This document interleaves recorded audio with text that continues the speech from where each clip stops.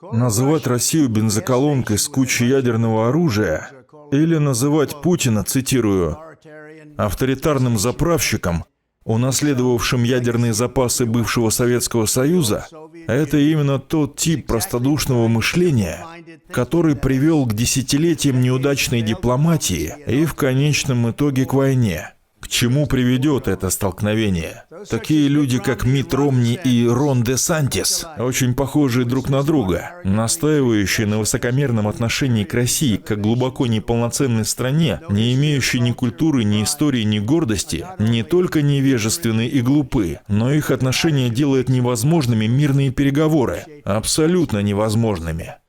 При моей администрации мы были жесткими в отношении к России, жестче, чем любая другая администрация до меня. Но мы также демонстрировали уважение к России и к российскому народу. Мы показывали понимание российской истории и того факта, что Россия потеряла более 20 миллионов жизней во Второй мировой войне. Тогда мы сражались вместе. Подобная риторика неоконов, высмеивающая ядерное оружие России, а также намеки на то, что Путин должен быть судим и предположительно казнен как военный преступник, только увеличивает вероятность смертоносной ядерной эскалации. По сути, это свидетельствует о недостатке глубины, несерьезности и неумении разбираться в тонкостях и сложностях внешней политики. Нельзя делать такое и в итоге добиться мира. Сейчас не время для стажировки на рабочем месте, поскольку мы стоим перед возможностью ядерной войны. И наши лидеры, если их можно так назвать, привели нас к этому. Вот где мы сейчас находимся.